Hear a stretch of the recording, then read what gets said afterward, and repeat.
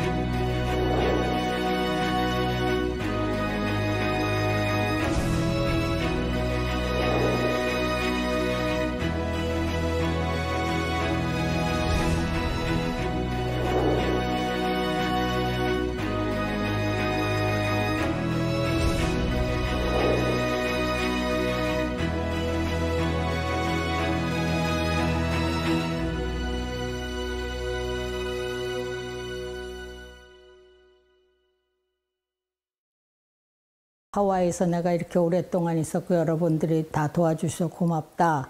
오늘 한국으로 돌아간다. 성명서까지 다 발표를 했는데 못 들어가십니다. 정부에서 들어오지 말라고 하십니다는 소식을 전해요. 그래서 그야말로 실망을 하시고 그날 저녁에 쓰러지십니다. 그래서 미 육군병원 트리플러 하스피탈에 이제 들어가셔서 회복이 되셨는데 퇴원을 하셔도 되는데 지금 연로하셔서 댁으로는 가실 수 없으니 양로원으로 들어가셔야 됩니다 하고 알려줘요. 대한민국 건국 대통령은 하와이 한 요양원에서 쓸쓸한 말년을 보냈다. 그가 머물던 2층 창가에서 바라본 바깥 풍경은 이승만이 살던 동네였다. 이승만에게 하와이는 어떤 의미였을까? 그리고 이승만의 하와이 30년은 대한민국에 어떤 의미였을까?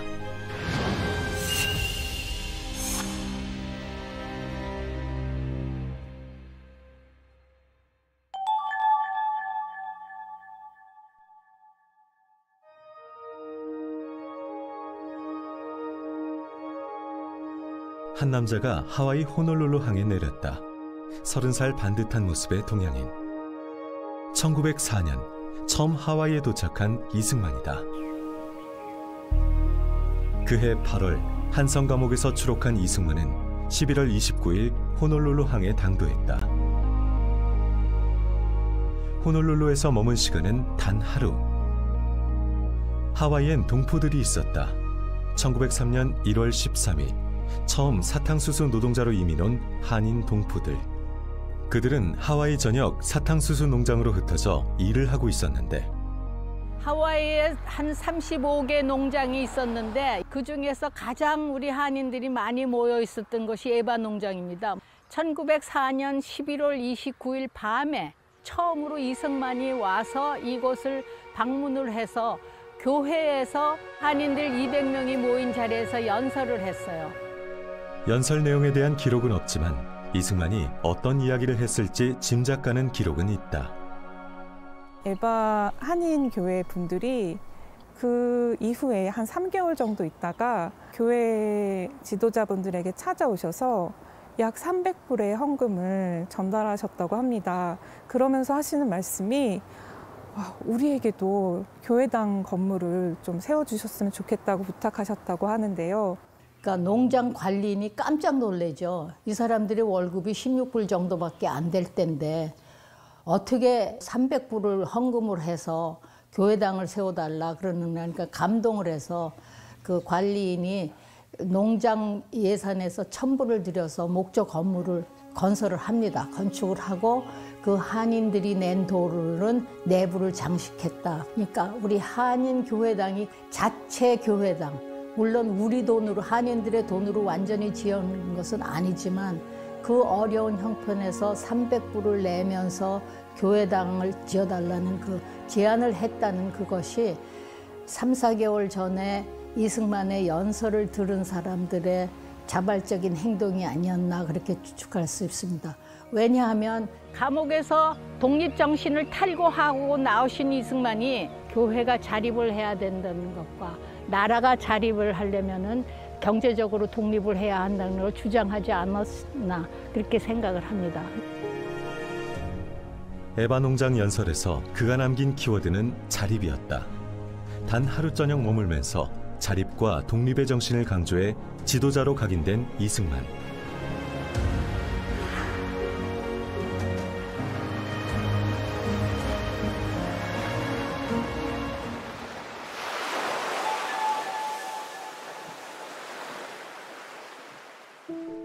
(1909년) 하와이에는 동포들의 교육과 실업을 장려하여 민족의 실력을 배양할 것을 목적으로 대한인 국민회가 조직되었다. 대한인 국민회뿐 아니라 신명부인회, 부인교육회가 잇따라 설립돼 안중근 의사 재판 비용 모금 활동에도 참여했다. 백성이 무지해 나라를 잃었다고 믿은 동포들은 자녀 교육을 무엇보다 중시했고 한인 기숙학교도 설립하기에 이른다.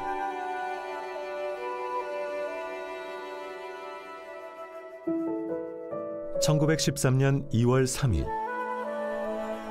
38살 청년 이승만은 하와이 땅을 다시 밟는다.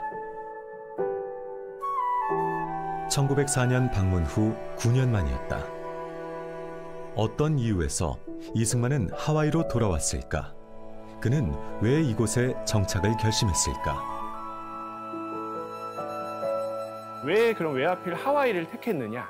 하와이 같은 경우에 굉장히 요즘 사람들은 이제 보통 파라다이스 휴양지로 알고 있지만 미국하고 이제 아시아 대륙 사이에 위치한 지정학적인 요충지였습니다. 당시에 모든 항로 운송 수단은 증기선으로 진행이 됐는데 석탄을 한번 이제 채워서 가야 됩니다. 그래서 대한인들, 그러니까 한인들이 미국에 가게 되면 무조건 하와이에서 하루 정박하게 되어 있는 상황이었습니다. 1910년 당시의 인구를 살펴보면 4,500명이 하와이에에 있었는데 이것은 지금 미국 본토와 비교하면 10배가 많은 숫자입니다. 미국 본토에 있는 대한인들을 모두 다 합쳐도 465명으로 10분의 1 수준의 인구가 미국 본토에 있었습니다. 단순히 인구만 많았던 것이 아니고 하와이에는 이승만이 이미 1904년에 목도했듯이 개신교 네트워크를 중심으로 해서 한인들이 굉장히 조직적인 모습을 이미 구축을 하고 있었고 그런 우호적인 환경 속에서 이승만은 그럼 내가 꿈꾸는 독립구상을 이 땅에서 실현할 수 있겠구나라는 생각을 충분히 했을 것으로 생각할 수 있고요. 하와이의 그 대한인 독립운동 기지가 이승만이 입도하기 전서부터 형성되고 있긴 했습니다만은 이승만의 하와이 입도 이후에 하와이 대한인 독립운동 기지가 새롭게 발전하는 그러한 전기를 만들었다라고 볼 수가 있고요. 두 번째로 역시 그 하와이를 기반으로 많은 인재들을 양성을 했습니다. 그래서 교육을 통해서 독립 정신을 계속 심고 전달하는 역할을 했고요. 대표적으로 한미 상호 방위 조약 체결 당시에 주미 대사로 일했던 양유찬 같은 경우가 있죠. 그래서 산부인과 의사로 성공했지만 대한민국을 위해서 헌신했던 그 양유찬과 같은 경우 이런 것들이 하와이를 통해서 이루어진 이승만의 교육 운동의 결과였다 이렇게 볼 수가 있을 것 같습니다. 옥중에서 이승만이 엄청나게 많은 책을 읽었어요. 그중에 가장 중요한 자료가 1872년에 미국 사람 교육 전문가가 쓴 미국의 교육 제도라고 하는 논문을, 그러니까 미국의 초등교육, 중등교육, 대학 교육이 어떻다는 게 거기 다 나와 있어요.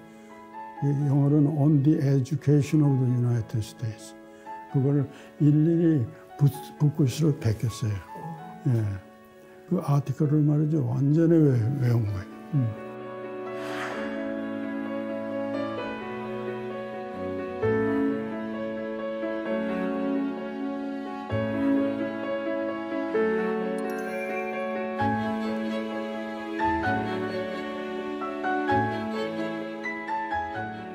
하와이 가서 이승만이 이 교육에 대해서 관심이 워낙 많고 그 교육을 어떻게 하는 게 좋겠다는 생각이 있기 때문에 하와이에 와가지고 딴 일을 안 하고 학교 세우는 일을 했단 말이에요. 하와이 정착과 동시에 감리교 감리사의 요청으로 한인 기숙학교의 교장을 맡은 이승만. 그는 하와이 한인 교육에 크나큰 전환점을 만들어내는데 1913년 가을 학기부터 제2대 교장으로 이승만 박사가 활동을 하시게 됩니다. 교장이 되시면서 학교 이름을 한인 기숙학교에서 한인중앙학교로 바꿉니다. 왜냐? 한인 교육의 중심이다. 중앙학교. 그리고 이름을 바꾸고 이름만 바꾼 게 아니라 이게 남학교였는데 남녀공학으로 바꿉니다. 그러면서 여학생도 받아들여요. 그러니까 이승만 박사께서 이제 감옥에 갇혀 있을 때 벌써 미국의 교육제도에 관한 책을 많이 읽으셨어요. 그러면서 남녀공학, 여학생 교육 그런 거를 다 벌써 인식을 하셔가지고 여학생들도 교육을 시켜야 한다는 게 머리에 박혀 있었던 거예요. 대한민국의 교육 역사상에 남녀공학을 처음 시작하신 분이 이승만 박사였고 또 이제 나중에는 이제 여성 참여, 정치에 참여하는 참정권까지 주는 게 이승만 박사입니다. 한인중앙학교의 전신 한인기숙학교는 남학생들만의 학교였기 때문에 당시 학교 내에 여학생 기숙사가 없었다. 이승만은 학교 근처에 집 한 채를 얻어 여학생들이 생활하며 학업을 이어가도록 했다. 하지만 뜻하지 않은 난관에 봉착하는데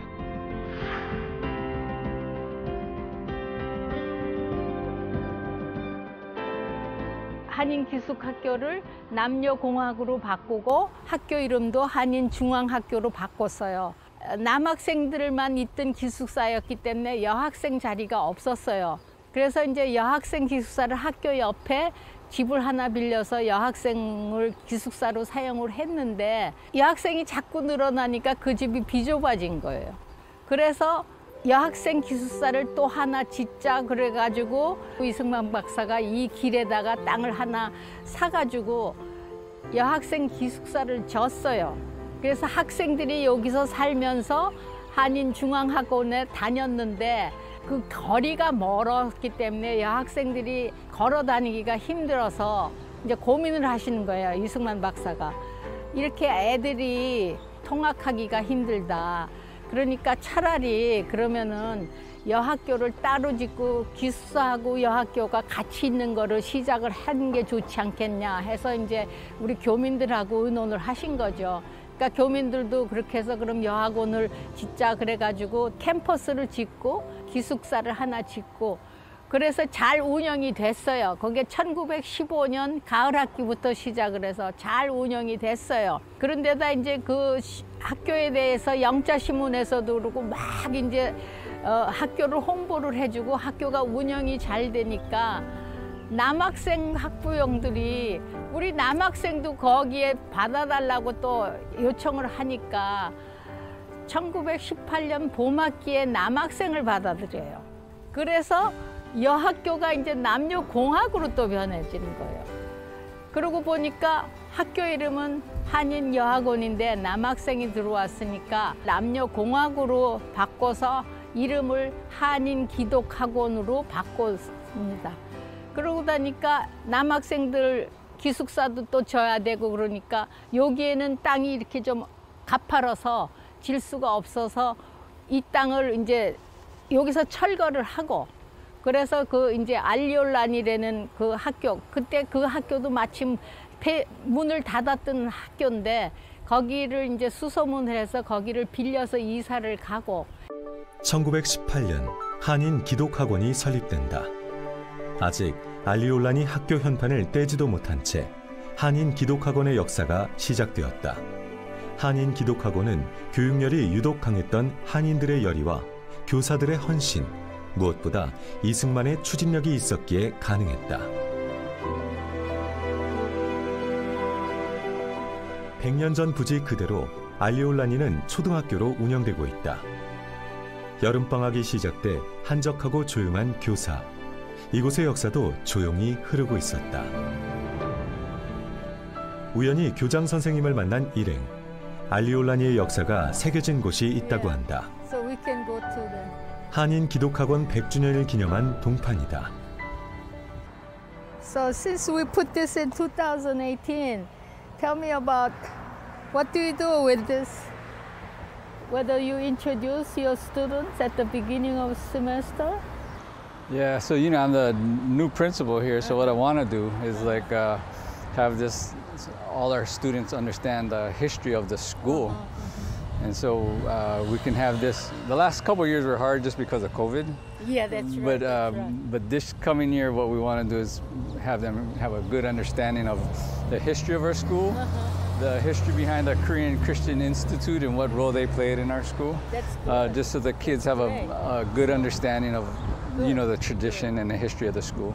So actually, this is a very historic site, the Korean immigrant in Hawaii. Actually, so it's important place.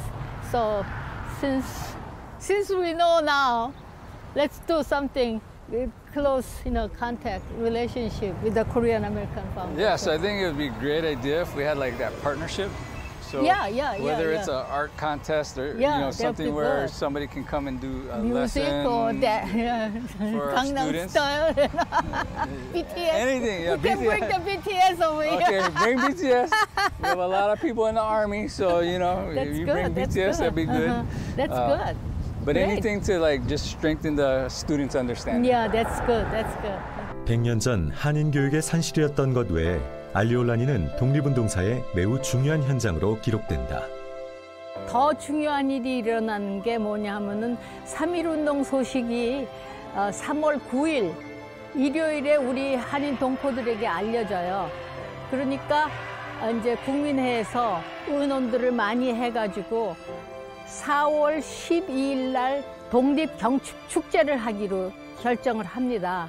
그래가지고 그것을 시립공원, 바닷가 카피올라니 공원에서 하려고 시장한테 찾아가서 경축을 하려고 합니다. 그러니까 시장이 NO.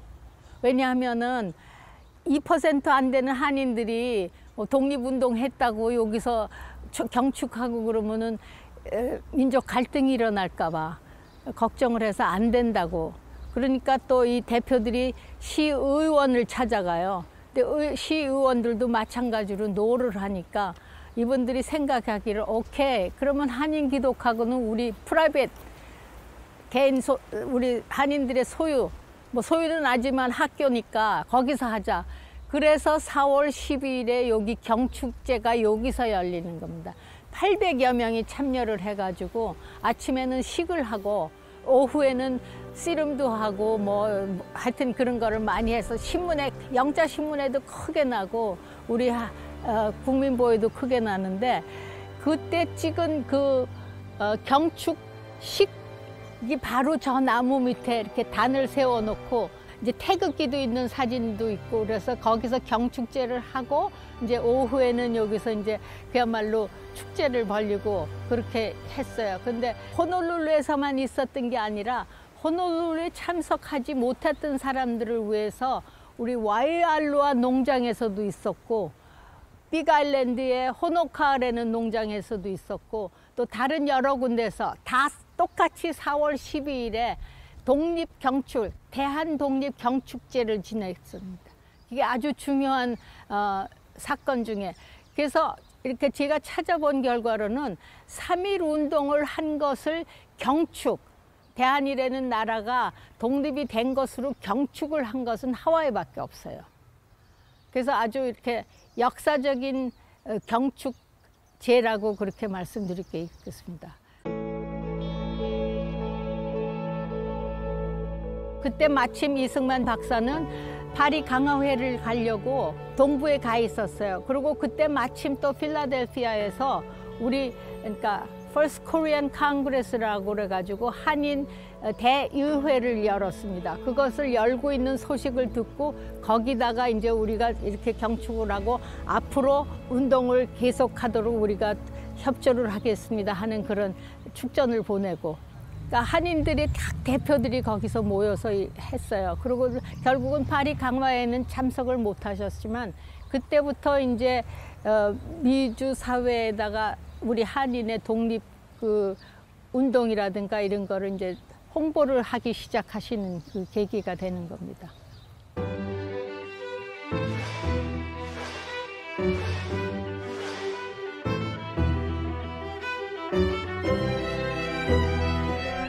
방과 후 한글과 한국사 수업 외엔 모두 영어로 진행됐는데 교과 과정은 공립학교 과정과 같았고 졸업 후엔 공립고등학교에 진학할 수 있었다.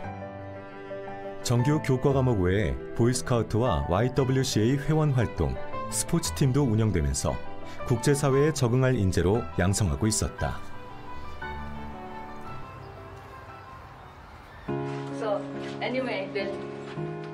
이승만은 하와이 주류 사회에서도 지도자로 통했다. 하와이 정착 이전에 이미 YMCA 국제위원회와 교류하고 서울 YMCA 총무를 맡았던 이승만. 한인 동포들의 교육 사업에 매진하던 그에게 하와이 YMCA 활동은 어떤 의미였을까?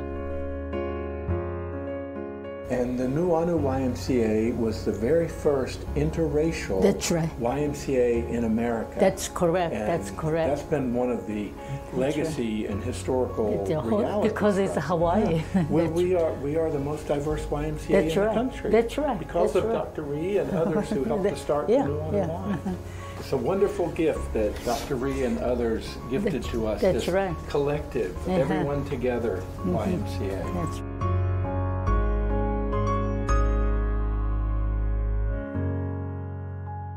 그러니까 이승만 박사께서 1910년에 박사학위를 받으시고 한국에 돌아가서 벌써 서울 YMCA에서 일을 하셨기 때문에 하와이 왔을 때도 자연적으로 그걸 결성을 하게 됐고, 이거는 1914년에 처음으로 미국 모체인 YMCA 안에 일부로 들어간 것이 이게 그러니까 주류 사회에 들어간 게 되는 거지.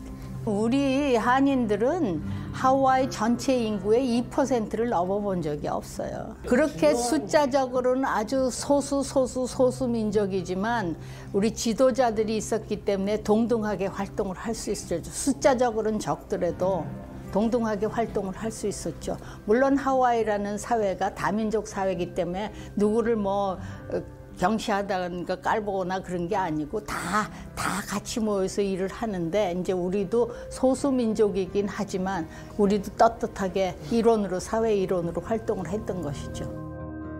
호놀룰루 시내에서 동북쪽으로 향하는 리케리케 하이웨이. 그 길을 따라가다 보면 칼리히 주택단지가 나온다.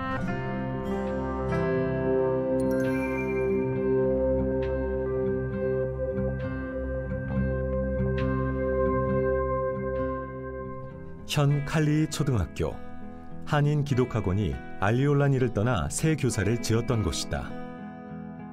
교사 이전 후 학생 수는 늘고 매해 많은 졸업생을 배출했지만 무상교육에 기숙사비마저 탕감받는 학생들이 늘어나며 이승만은 학교 부지를 조금씩 팔아 학교를 유지할 수밖에 없었다. 어려움은 계속됐다. 1930년대에 들어서 경제 대공황 시기와 맞물리면서 학교는 한계에 봉착하기도 했는데, 한편 그 무렵 이승만은 벽안의 신부를 맞이해 1934년 결혼식을 올린다. 이번 다큐멘터리 제작 과정에서 우리는 이승만의 결혼식 사진을 입수하게 됐다. That was taken in New York. 국내 최초로 공개되는 이승만 프란체스카 결혼 사진. I know his marriage was a surprise to everybody. 사진을 소개한 위니프레드 씨, 그의 어머니는 김노디다. 김노디는 1919년 4월 필라델피아 한인 대표자 회의에 참가해 당당히 연설을 하기도 했다. 그는 이승만 박사의 양녀이기도 했다. 이번 다큐멘터리에서 최초 공개되는 또 하나의 중요한 문서, 김노디의 양녀 입적 계약서. 훈장증 고 김노디. 대한민국 헌법에 따라 다음 훈장을 추서합니다. 건국훈장 애국장. 2021년 3월 1일 대통령 문재인. 어머니 김노디 지사 대신 훈장을 받은 위니프레드. 위니프레드는 칼리히 한인 기독학원의 학생이기도 했다. 어린 소녀였던 위니프레드는 93세의 노인이 되어 그 시절로 돌아간다. See? Korean Christian Institute. Yeah. 22 to 47.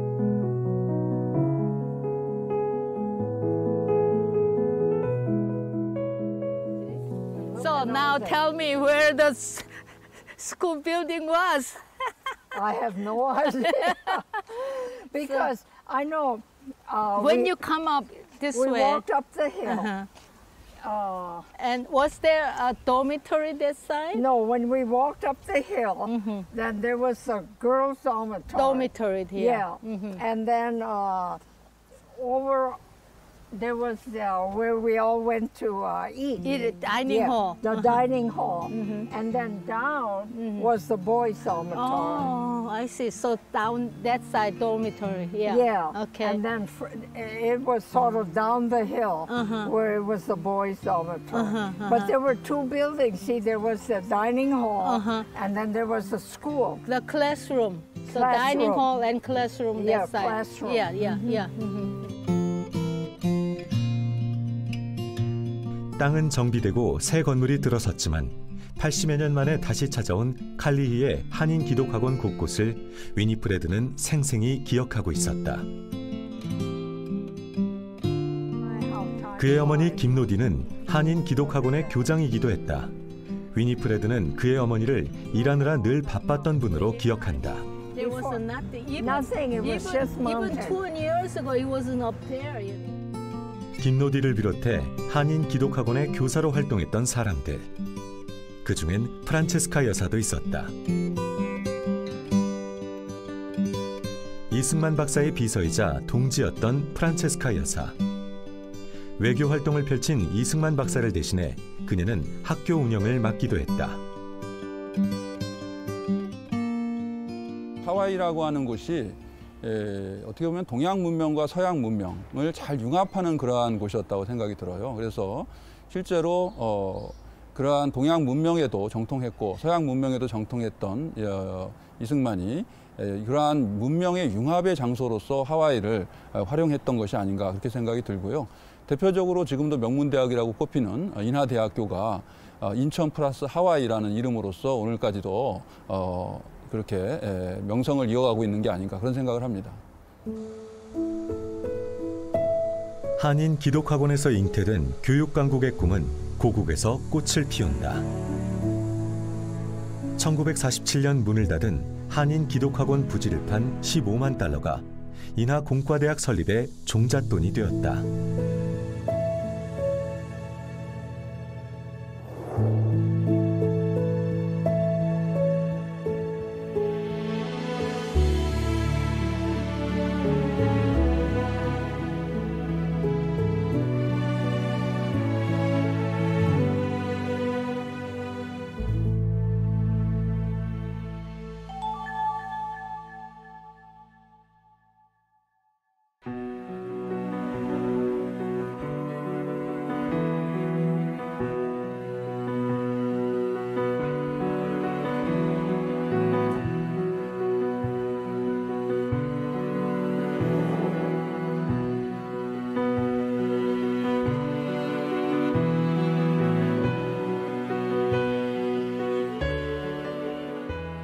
한국교회 핍박을 왜 이분이 집필을 했을까? 저도 그런 의문점을 가지고 책을 이렇게 천천히 여러 번을 봤는데요. 제가 깜짝 놀란 게 있어요. 백오이 사건이라고 하는 하나의 그 일제 그 기독교 탄압의 사건, 그게 초점이 아니었던 거예요. 제목은 한국교회 핍박이지만, 그래서 서문에 보면은 일본이 잘못한 것을 지적하기 위해서가 아니라 우리가 잘할 수 있는 것을 말하기 위해서라고 그렇게 서문에 밝히고 있는 것에 제가 굉장히 깜짝 놀랐어요. 아, 이 책은 보통 책이 아니구나. 단순히 겉으로도는 일제의 탄압만을 얘기하려고 하는 책이 아니라 뭔가 여기에는 중요한 의도가 숨어 있구나. 그게 무엇일까? 그래서 그거를 찾아내기 위해서 저도 나름대로 열심히 책을 보고 연구를 했는데, 그것은 바로 한국의 독립에 한국교회가 굉장히 중요한 역할을 한국교회가 가지고 있다는 것이죠. 그거를 일깨우기 위해서 한국 독립의 전쟁 기지로서 하와이에 있는 교포들을 대상으로 이제 계몽운동 차원에서 집필한 책이 한국교회 핍박이더라고요. 한국교회 핍박을 비롯해 이승만 박사의 언론 출판 활동은 교육 활동 못지않게 왕성했다. 한국교회 핍박 출간 5달 후 그해 9월엔 잡지도 펴낸다. 바로 태평양 잡지다. 이 사람이 이제 신문을 만들면서 신문이야말로 우리 백성을 계몽해서 근대 국가로 만드는데 이상 좋은 무기가 없구나. 대형 신문사를 만들어야 되겠다. 그래서 대형 신문사 만드는 설계 이 예산까지 자기가 만드는 그 매일신문에다 논설로 쓰잖아요. 그런 언론이었기 때문에 하와이에 망명 가서도 즉각 만든 게 언론 태평양 잡지였죠. 이 태평양 잡지 가지고 독립운동을 하자. 독립운동의 무기로 만든 겁니다. 적게는 33면, 많게는 102면이었던 태평양 잡지는 약 700부 정도 발행됐다. 주목할 것은 이 잡지가 미국 본토를 비롯해 한인 동포들이 있는 세계 각지로 보내졌다는 사실이다. 이 태평양 잡지가 발간되면은 하와이는 물론이고 미국 본토 그리고 우리 교민들이 있는 쿠바, 멕시코, 중국, 만주, 남경, 북경, 심지어는 영국, 프랑스, 독일 이런 데도 배포가 됐습니다. 그러니까 이게 그렇게 전 세계에 있는 한인들이 있는 곳에 배포가 됐다는 얘기는 태평양 잡지를 통해서 서로 하와이나 미국에 있는 동포들은 이 본국이나 또 중국에 있는 동포들이 어떻게 생활하는지 어떻게 운동을 하고 있는지 이런 소식을 주고받는 역할도 하잖아요. 그러니까 언론 매체 역할을 한 거죠. 세계 각지에 흩어져 있는 한인들을 대상으로 계몽도 하고 교육도 하고 심지어는 파나마 운하를 개통했다는 소식 같은 것도 이 태평양 잡지에 실려 있거든요. 그리고 또 하나는 공산주의는 무엇인지, 사회주의는 무엇인지, 공화주의는 무엇인지, 왜 공산주의를 하면 안 되는지 이런 것들. 이거는 그야말로 우리가 해방이 되면 어떤 나라를 세워야 되겠다는 그 이승만 대통령의 생각이 이 태평양 잡지를 통해서 우리 한인들한테 전달되어지는. 이 양반은 해외에 나와 있는 한국인들이 국내에 나와 있는 동포들보다 훨씬 시야도 넓고 또 그래서 국제적인 독립운동가를 만들 수 있는 가능성을 품은 인재들이기 때문에 국제연대 이승만이 생각한 게 그때부터 국제적인 연대를 통한 독립. 그래서 끊임없이 잡지 한우 100페이지도 안 되는 잡지에 거의 90%가 국제정신일 때에도 있고 그러면서 이걸 끊임없이 또 설교로 강연으로 교육을 시켜요. 이 양반은 언론인이자 제가 보니까 타고난 선생님이야. 교사. 그것도 기독교 목사 같은 전도사 같은. 또 하나의 주목할 출판 활동, 독립정신의 재발간이다.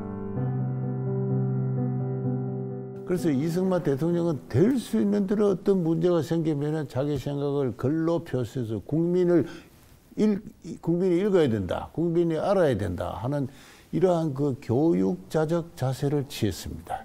아마 독립정신을 비종교적 차원에서도 내가 어떠한 사상과 철학의 소유자인가를 교민사회에 알리고 싶어서 그렇게 출간하지 않았을까. 잘 아시는 대로 그때는 하와이 교민사회가 크게 독립운동의 방략을 둘러싸고 서로 갈등을 하고 있을 때 아닙니까? 한쪽에는 무장, 독립, 투쟁 노선이 있어서 군사학교를 설립하고 했는데 그것은 그야말로 밑빠진 독에 물붓기고 미국의 이민법에도 저축되는 어떤 그런 활동이었고 장기 지속할 수가 없는 그러한 것입니다. 이승만 박사는 한국인들이 세계 공론이 인정하는 자유롭고 독립적인 시민으로서 성숙하는 길이 독립으로 가는 올바른 길이고 또 그 길밖에 없다 이렇게 생각을 했습니다. 따라서 선교와 교육 사업에 치중을 해야 되는데 이 교민들로부터 거둔 그 세의 상당 부분을 군사학교에 넣고 있는 것을 더 이상 볼 수가 없어서 이제 갈등을 이제 시작하셨고, 그때 아마 우리 하와이 교민들에게 그 우리의 활동의 본의가 어디가 있다는 것을 좀 더 정확하게 알리기 위해서 그 책을 참 비용을 들여서까지 다시 출간하지 않았을까. 태평양 한가운데 섬 하와이에서 이승만은 어떻게 그토록 방대한 양의 지식과 교양을 쏟아낼 수 있었을까? 그 답은 미국 본토에서 받아본 신문기사 스크랩에 있었다. 놀라실 수 있는데 해방 이전 이승만 박사께서 1921년부터 1943년까지 스크랩한 기사가 총 13,742개에 달합니다. 이렇게 방대한 분량의 신문을 수집할 수 있었던 것은 수집의 채널이 다양했기 때문이에요. 첫 번째는 자신이 체류하던 공간에서 직접 그 신문들을 다 수집을 했고요. 두 번째는 독립외교와 관련된 인물들을 통해서 간접적으로 그 기사들을 전달받기도 했어요. 하지만 결정적으로는 신문 스크랩 대행업체를 활용할 수 있는 기지가 있었던 거죠. 이 신문 스크랩 대행업체라는 걸 아예 모르는 분들이 많아요. 현 시대에는 알 수가 없어요. 근데 당시 언론에 밝았던 이승만은 이것을 활용할 수 있었던 기지가 있었습니다. 그래서 그 키워드를 코리아로 설정해서 수집을 의뢰했고, 그 업체에서는 제목이나 본문에서 코리아가 언급된 기사들을 모두 모아서 발송해 주었습니다. 수집된 기사의 내용은 시기마다 좀 차이가 존재하긴 하지만요, 크게 3가지 정도로 대별이 됩니다. 첫 번째는 국제정치적 사건 및 국제 정세를 담은 내용. 두 번째는 국제 시민사회, 특히 미국 사회 또는 하와이 사회 여론의 동향과 관련된 기사고요. 세 번째 마지막으로는 역시 코리아와 관련된 기사와 이승만 본인의 외교 활동에 관해 보도된 기사였습니다. 이승만은 바로 이러한 기사들을 탐독해서 자신의 외교 독립 활동에 여러 형태로 활용했던 것이죠. 이승만은 기록광으로도 유명하다. 일상의 세세한 기록을 남기는 것은 물론 여행 중 받은 영수증 하나까지도 곱게 간직하고 있을 정도였다는데, 그 자료들은 이승만 연구뿐 아니라 1900년대 초반에 국내외 정세와 사회상을 연구하는 데 중요한 단초가 되고 있다. 우남은 기록의 대가이죠. 그래서 자신의 정치 외교 활동에 대한 기록물들을 매우 많이 남겨놨습니다. 심지어 독립외교 활동을 하면서 잠깐 머물렀던 커피집에 영수증까지.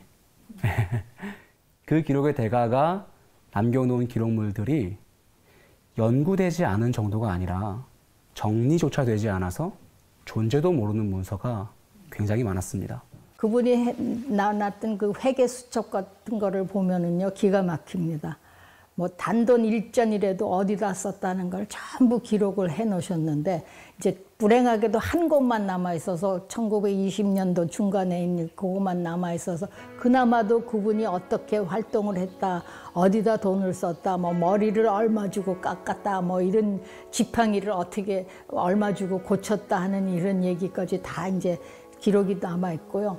그분이 이렇게 다 남겨 놓으셨기 때문에 우리가 그분의 행적을 찾아보는데, 또 일지도 남겨 놓으시고, 그래서 그나마 찾아볼 수 있는 우리가 기록들을 거기서 다 얻을 수 있지 않나, 그렇게 생각을 합니다.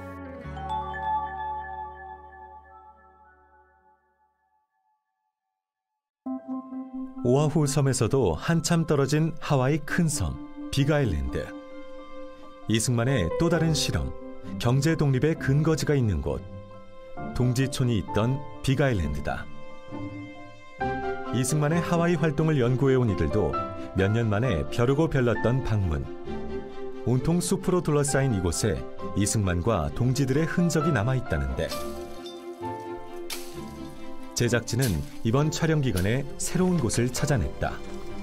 동지촌의 흔적을 담아내는 정도가 당초 촬영의 목적이었으나 100년 전 이승만과 그 동지들이 만들었던 숯 가마터를 직접 찾아낸 것이다. 무심코 지나쳤다면 알 수 없었을 밀림 같은 곳. 야, 이건 우리 모르던 데다. 왜 처음 보시는 거예요? 여긴 처음이지. 우린 저 안에. 와, 이건 다른 거다. 우리 안 보던 거야. 와.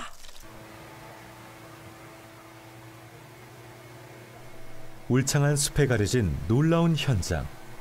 100년 전 조성된 숯가마터다. 이것도 다행스럽게 이분들이 이 집을 지면서 선로를 보고, 그리고 또 동네 애들이 와서 놀면서 여기에 벙커가 있다고 가르쳐줘서 이런 게 있는 거를 알았는데, 자기네는 들어와 보지는 않았지만 벙커가 있다고 애들이 얘기를 한 거는 들은 적이 있대요. 그러니까 이 근처에 이게 몇 개가 더 있는지 우리는 모르는 거죠.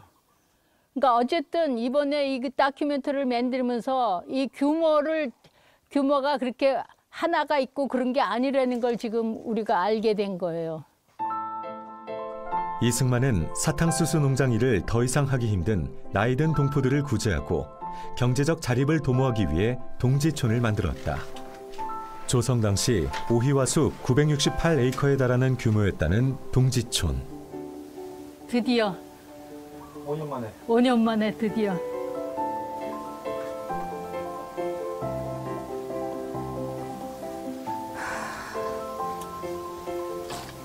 제가 있어요. 100년 전 이승만은 어떤 마음으로 이 시설과 장치들을 만들었을까? 태평양 섬 한가운데 조성된 첨단의 숯 제조 시설. 이끼와 녹으로 뒤덮였지만 세월의 흔적 아래 확인했던 것.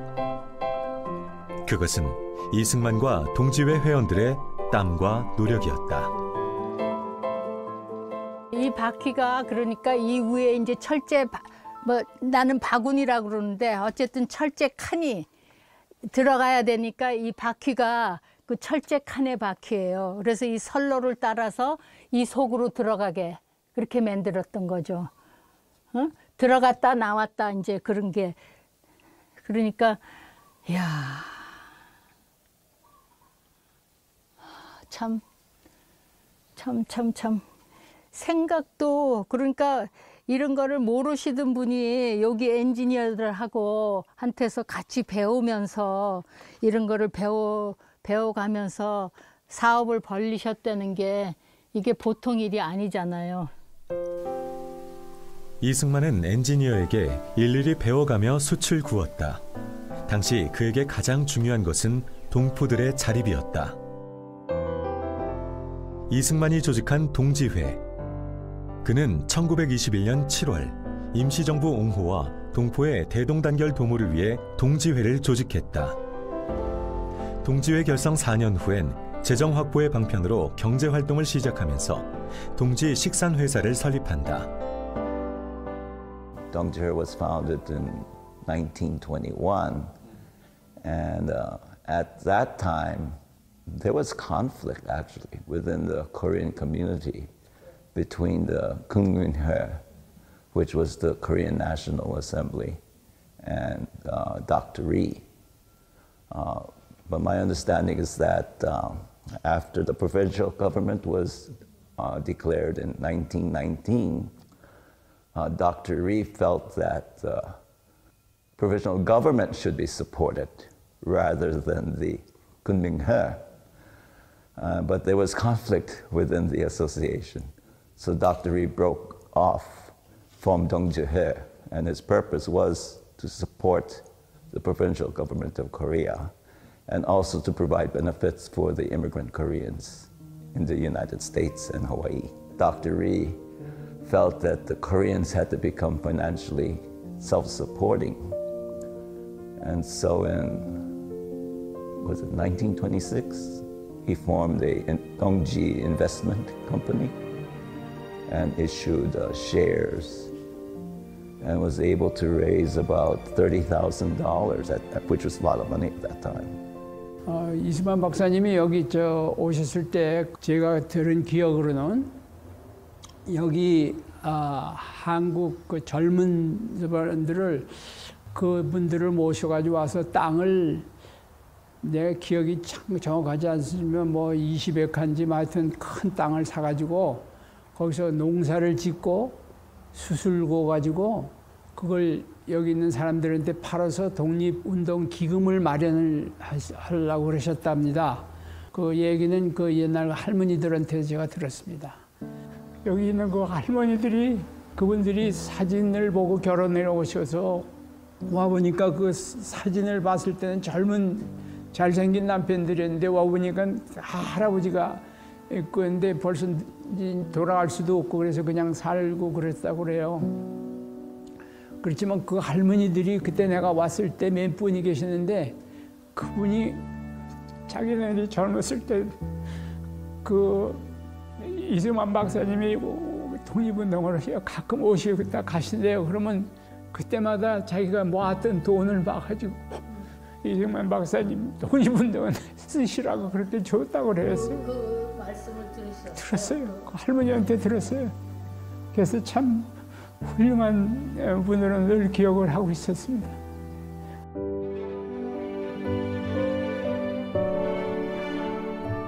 골프장 6개 크기의 대단지. 힐로섬에 넝쿨로 뒤덮인 척박한 땅 동지초는 이승만의 이상향이었다. 우리가 찾아낸 것은 주택가에 맞닿아 겨우 한 사람 출입할 만한 공간 정도였지만 그 안에 담겨진 이승만의 꿈은 968에이커 그 이상이다. 사탕수수 농장에서 은퇴할 나이가 된 한인들은 점차 경제력을 잃어가고 있었다.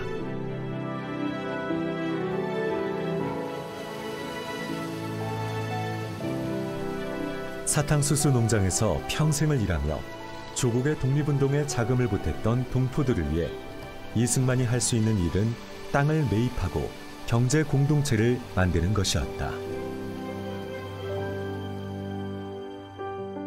이승만은 동지촌의 한 작은 집에 기거하면서 동지 회원들과 함께 직접 임야를 개간하고 숯을 구웠다. 하지만 부푼 꿈과는 달리 목재의 질과 양, 숯가루의 완성도가 납품 수준을 맞추지 못한다. 설상가상 미국의 경제공황과 맞물리면서 계획한 경제자립은 물거품이 되어버린다. 동지촌은 실패로 돌아간 것이다. But that went bankrupt in 1933, I believe. And I was told the reason it went bankrupt was because their contract with the U.S. Navy to supply charcoal was broken by the U.S. government. And after that, it got into financial trouble. So that in 1933, they had to auction off all that land. 결국은 자금 부족, 경영 부족, 인재 부족 이런 여러 가지 합쳐가지고 또 미국 전체의 경제 상황 이런 데에 걸쳐서 실패를 했습니다마는 결과적으로 실패를 했습니다마는 실패해서 끝나지 않았던 것은 이런 것을 기반으로 해서 다음 활동을 하는데 48년에 대한민국이 건립되고 나서 경제 정책이라든가 농업 정책이라든가 이런 게 기반이 되지 않았나. 기반이 됐습니다. 됐다고 믿습니다. 1931년 4월, 동지촌은 파산했다. 그렇다고 동지회와 이승만의 의지가 꺾인 것은 아니었다.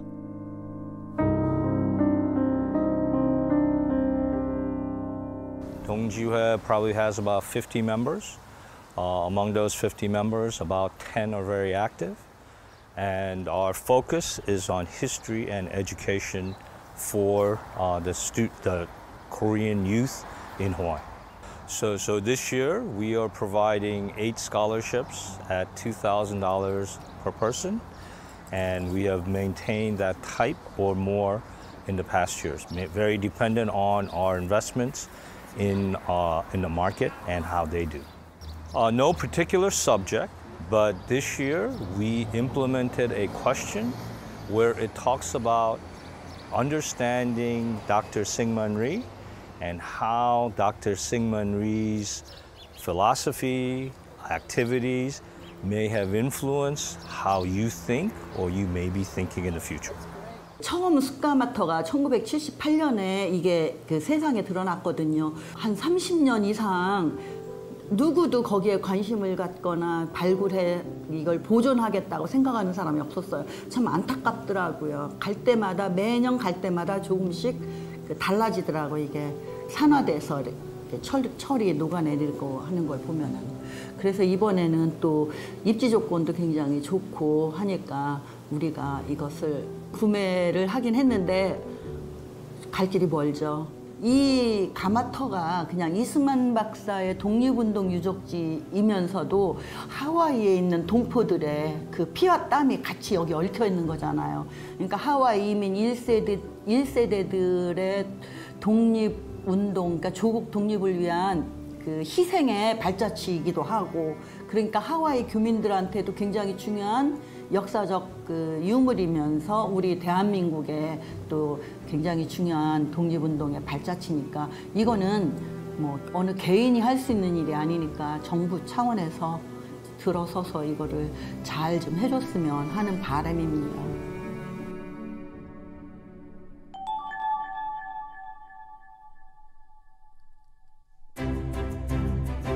하와이는 기독교인 이승만이 교회 자립을 일궈낸 곳이기도 하다. 하와이에서 만난 광화문 문루 한인 기독교회.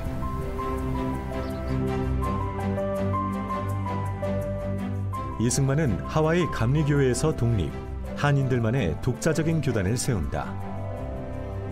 오아후 섬 릴리하의 한인 기독교회에 그 역사가 고스란히 남아있는데, 이승만은 두 번째로 교회당을 건축하면서 특별한 요청을 한다. 교회당에 광화문 문루를 가미해달라는 것이었다. 광화문의 문루를 직접 보지도 못했던 한인 설계사가 사진만으로 광화문 문루 교회당을 만들었다.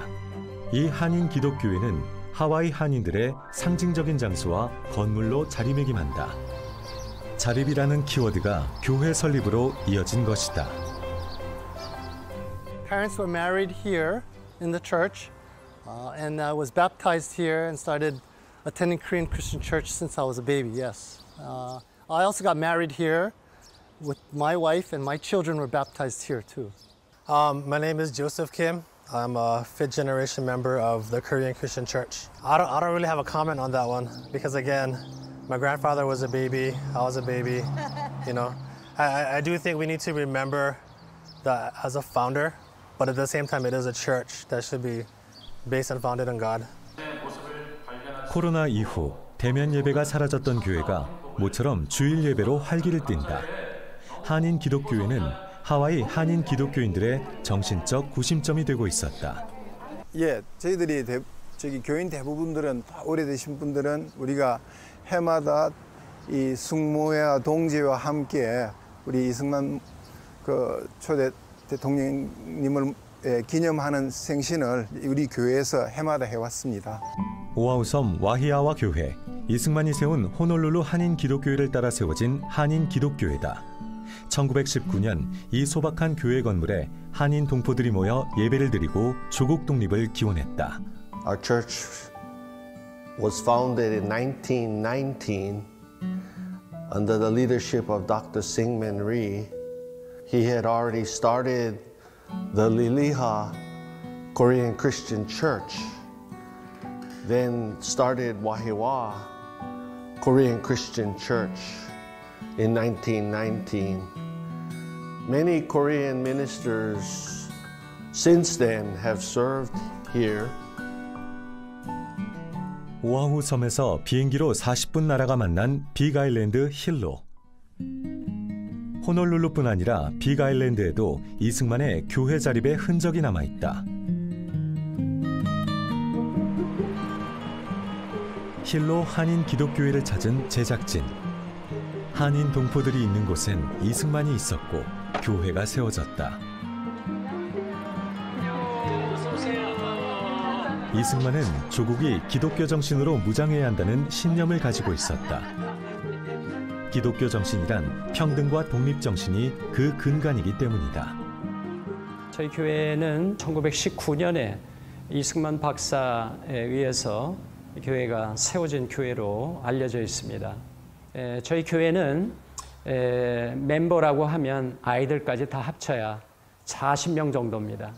그러니까 어른을 그 숫자를 보면 한 30명 정도밖에 되지 않는 교회지만은, 그러나 이제는 그래도 교인들이 여태 우리가 받은 그러한 은혜, 사랑들을 이제는 더 많이 나누자, 그러한 나누는 교회로 우리가 탈바꿈 하는 그러한 과정을 겪고 있습니다. 몇 년 전에 100주년 기념 예배를 우리가 감격적으로 드릴 수 있는 그러한 시간이 되었습니다. 이승만이 100년 전 하와이 곳곳에 설립한 교회는 그의 신념과 함께 성장해왔다. 이승만의 신념은 기독교 정신, 그리고 독립 정신이었다. 제일 중요한 건 저는 독립 정신이라고 생각을 하거든요. 이 독립 정신이라는 거는 이제 이승만의 저서의 제목이기도 합니다. 근데 이 독립 정신 단순히 뭐 독립을 하자 이런 얘기도 있지만, 중요한 것은 개신교 신앙에서 이 독립 정신의 근원을 찾았다는 것입니다. 신학 월보에 그러한 생각들이 정확하게 명시가 되어 있고, 독립 정신 같은 그 저서를 통해서 개신교와 독립 정신의 그 관계를 얘기를 했는데, 하와이는 그러한 독립 정신을 가지고 있는 대한인들이 많이 거주하고 있었기 때문에 이곳을 이승만 대통령이 본인의 독립 구상을 실현할 수 있는 적합한 곳이라고 생각을 했을 거라고 저는 그렇게 연구를 하고 있습니다.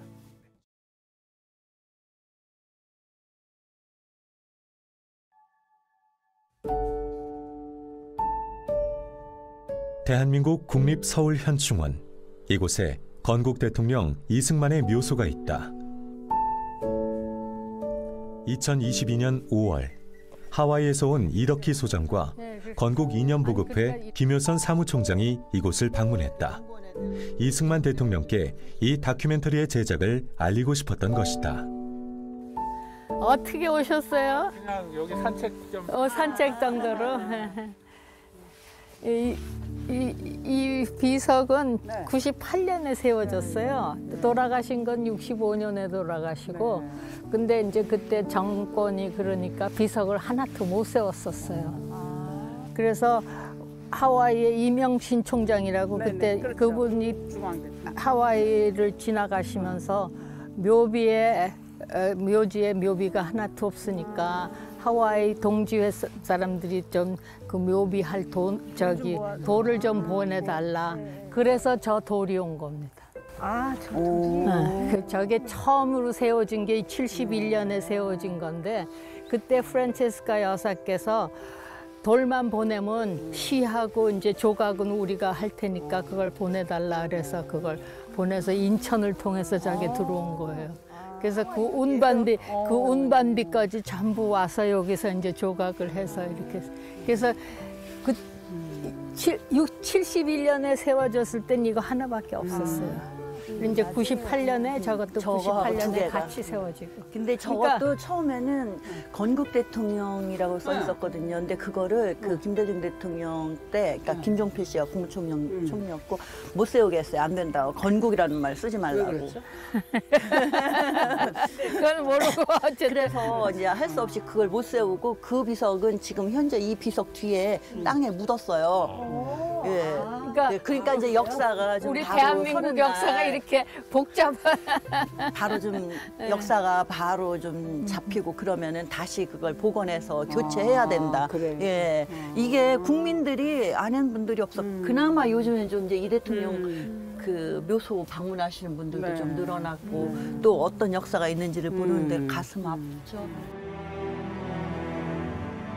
묘비석 하나 제대로 세울 수 없었던 비운의 건국 대통령. 생사고락을 함께해온 하와이의 동포들이 보낸 비석 바위가 첫 묘비였다.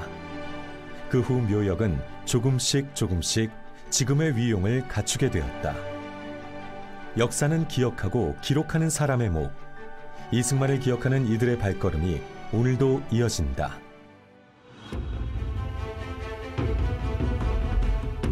(1960년) 4.19 혁명 후 이승만은 대통령의 자리에서 물러난다. 그는 대통령 직은 사임할 것이며, 둘째는 선거를 다시 하도록 지시하였고, 셋째는 이규근 의장이 공식에서 완전히 물러가겠다고 결정한 것이다. 하야한 이승만을 초청한 곳은 하와이였다. 1960년에 하야를 했거든요. 하와이에서 좀 하와이 오셔서 좀 쉬시다 가시라고. 그쪽에서 자꾸 통제가 왔어요. 하와이 동정회에서 독립운동 하실 때 같이 독립운동 하시는 분들이 오시라고 이제. 그래서 그것이 이제 5월 말이에요. 그래서 이제 그 길어야 한 석 달 정도 가셨던 거. 처음엔 길어야 석 달이거니 했다. 하지만 이승만 부부의 하와이 체류는 한없이 길어져만 갔다. 하와이로 날아온 양자 이인수는 이승만 박사 내외의 귀국을 함께 준비한다. 고국으로 돌아갈 수 있다는 기대감에 부풀어 썼던 담화문엔 그 당시 심정과 입장이 잘 정리돼 있다.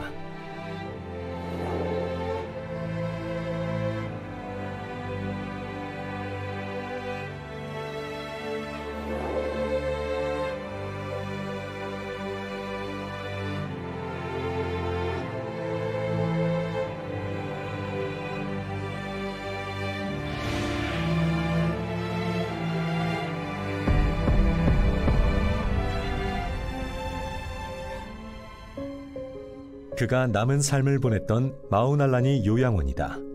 그는 이곳에서 3년간을 지냈다. 형편이 어려운 이승만의 입원비는 마우날라니 요양원이 전액 부담했다.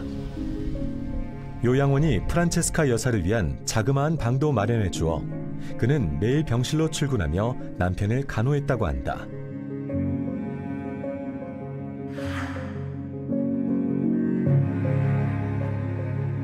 하와이에서 또 5년을 보내시게 되잖아요.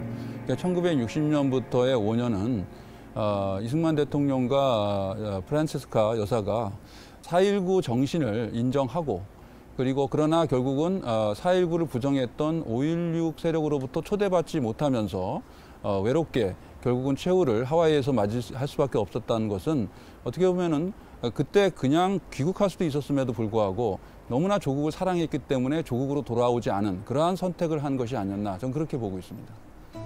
2022년 7월 고국에서 반가운 손님들이 찾아왔다.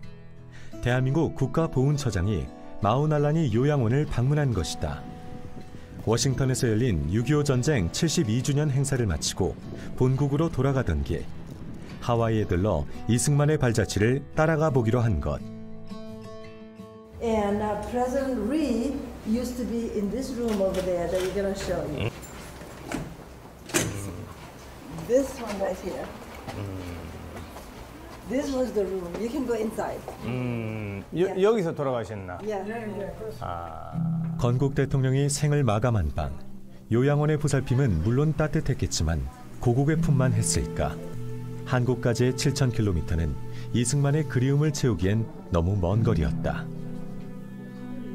매일매일 아마 이 바다를 보면서, 태평양을 보면서 언제 또 며칠 후면 내가 다시 고국으로 돌아갈 수 있을까, 이렇게 기다리다가 끝내 마지막 그 소원을 이루지 못하고 여기서 눈을 감았는데, 한 인간으로서 저는 상당히 그 짠한 그런 느낌을 가지고 있습니다. 이제 뭐 역사가 지금 100년도 지났지만 저희들이 좀 이승만 건국 대통령을 다시 기억하고 또 존중한다는 차원에서라도 좀 제대로 그런 어떤 예우할 수 있는 준비를 좀 늦었지만 좀 제대로 할 필요가 있다라는 생각을 합니다. 우리에겐 건국 대통령이 고국의 뼈를 묻을 수 없을 뻔한 기가 막힌 역사도 있었다. 당시 정부가 국립묘지 안장 요청에 답을 주지 않았기 때문이다. 하와이에서 모자는 이제 이승만 박사 돌아가시는데 어떻게 할 것이냐. 그러니까 어떤 사람들은 우리 여기 하와이에 얼마든지 묘지가 있으니까 하와이에 하자. 고향을 항상 하셨으니까 이제 한국에 해야 되지 않냐. 근데 그 결정이 어떻게 되면 어머님이 하셨어요. 내가 남편한테 약속한 것이 있다. 나의 남편이 나한테 내가 죽고 나랑 내 뼈를 한국에 묻어라. 그걸 나한테 맹세하라고 그랬어요. 그래서 나는 남편한테 약속을 한 것이 한국에 묻어든다는 것을 약속했다. 그러니까 한국에 어떤 묻어야 돼.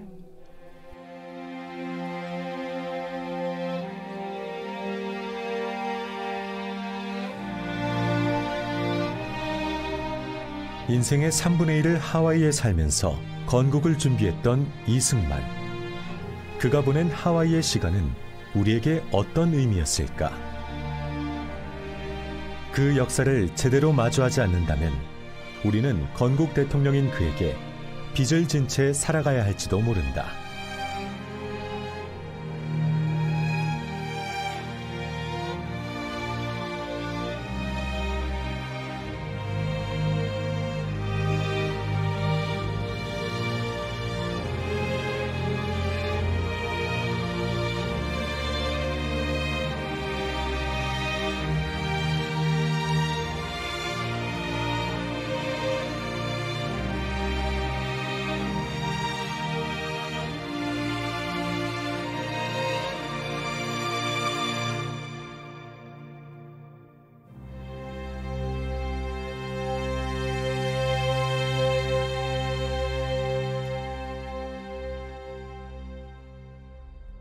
그 하와이에서의 시간은 이 열쇠가 되는 어떤 독립의 문을 여는 열쇠가 되는 키 네이션으로서의 기능. 이승만의 하와이 25년 독립운동은 대한민국 건국의 엑서사이즈자 하와이에서 한 그대로 주장한 대로 실천한 그대로 대한민국을 건국했습니다. 하와이 25년은 작은 대한민국이다. 교회 건립 활동, 교육기관 설립, 건국의 기초 작업을 탄탄하게 했던 곳. 외교 활동의 전방 기지가 워싱턴이었다면 외교 활동의 후방 기지는 하와이였죠. 하와이가 사실은 한미 관계에 있어서 중요한 가교적인 역할을 해야 되고 특히 하와이 한인 공동체가 그러한 역할에 상당히 주도적인 역할을 해야 된다고 봅니다. 많은 사람들이 하와이를 거쳐서 미국으로 이민을 갔고 하와이 대학에서 유학을 했고 하와이 대학에서 유학을 하다가 본토로 유학을 간 경우도 많이 있었어요. 그런데 정말 그 하와이가 우리 한국 독립운동사에서 차지하는 지정학적인 위치에 대한 그러한 고민들은 많이 이루어지지 못한 게 아닌가 하는 아쉬움이 있습니다. 이승만 박사가 하와이에서 25년 동안 이끌어간 활동은 흔히 우리가 말하는 또는 우리가 알고 있는 독립운동과는 차원이 다릅니다. 그분은 의병투쟁이나 무력투쟁을 하지 않았고 애국개몽운동에 머물지 않았습니다. 그분은 4,000명, 5,000명 하와이 동포와 함께 나라 세우기를 준비하셨습니다. 저는 이렇게 묻고 싶습니다. 25년 동안 한인 동포를 위한 교육, 언론 등 많은 활동을 통하여 나라 세우기를 준비하신 분이 또 어디 있느냐고, 누구냐고. 이승만 박사의 25년 하와이 활동은 끝난 것이 아닙니다. 그냥 없어진 것이 아닙니다. 단순히 성공이냐 실패로 이분화할 주제도 아닙니다. 민주공화국 대한민국의 많은 정책 수립에는 하와이에서 경험이 밑받침이 되었습니다. 예를 들어 의무교육, 농지개혁 등을 실시할 수 있었던 것은 하와이의 경험이 있었기 때문이라고 생각합니다. 저는 이승만 박사가 장기계획가였고 장기계획가로 끊임없이 배우고 실행하신 분이라고 생각합니다. 그 과정에서는 성공도 있었고 실패도 있었습니다. 그렇게 이승만 박사는 나라 세우기를 준비했고 또 그 새 나라를 위한 준비된 대통령이셨습니다. 그래서 이승만의 하와이 25년이 새 나라 민주공화국 대한민국에 필요했고 중요했다고 보는 것입니다. 이승만 대통령은 누구냐? 반만년 자유가 없던 이 땅에 자유의 위대한 선물을 안겨주신 위대한 한국인이었다. 평생에 걸쳐서 뜻을 굽히거나 다른 길로 들어가 본 적이 없는 사람입니다. 그래서 많은 사람의 오해도 샀고 질시도 샀지만은 이리관지했다. 공자님이 논에서 말씀하시기를 오도 이리관지야. 나의 도는 이리관지다.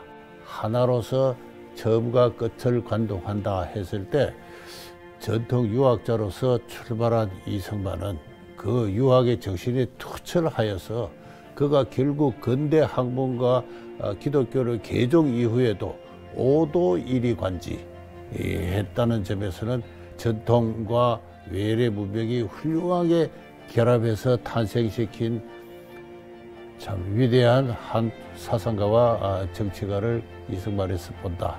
모택동의 그 평가에서 07과사입니다. 과가 비록 30이 있지만 역사적 공이 70이다라고 해서 지금 중국 국민들은 모택동을 다 존경을 사실은 하고 있어요, 대부분이. 그런 예를 뭐 우리가 비교해 볼 때 이승만 대통령은 그 자유당 정권 마지막 부분에서 부정선거 또 독재 이런 부분에 대해서는 상당히 역사의 엄정한 비판을 받아야 됨에도 불구하고 그 다 허물어져가는 그런 왕정을 혁신적인 그런 공화정으로 바꾸는, 그리고 또 일본에 대해서 우리가 아주 그 꿋꿋하게 독립운동을 하고 결국 광복을 이루어낸 두 가지, 그리고 또 마지막 한미 상호 방위 조약에서 상징이 됩니다만은 어떤 공산주의에 대항해서 자유의 가치를 지켜낸 이 세 가지 점은 누가 뭐라고 하더라도 부정할 수 없는 역사의 걸출한 인물이다라고 저는 생각을 하고 있습니다. 이 얘기 해도 될까 모르겠어요. 이 다큐를 꼭 만들고 싶다는 생각을 한 거는 우리 한국에 있는 청년들, 학생들 뿐만 아니라 하와이에 있는 젊은 우리 교포들한테도 이승만 대통령 이야기를 제대로 좀 알려주고 싶었습니다. 꼭 알았으면 좋겠다는 생각합니다. 이승만 대통령에 대해서 너무 모르는 것 같아요. 그래서 그러다 보면은 하와이가 이승만 대통령의 근거지잖아요. 제2의 고향이고. 그런데 이승만 대통령의 발자취가 다 잊혀지는 것 같아 너무 안타까웠습니다.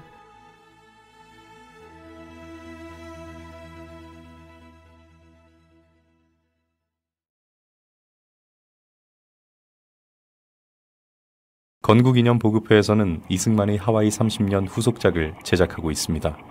여러분의 많은 관심과 후원이 필요합니다.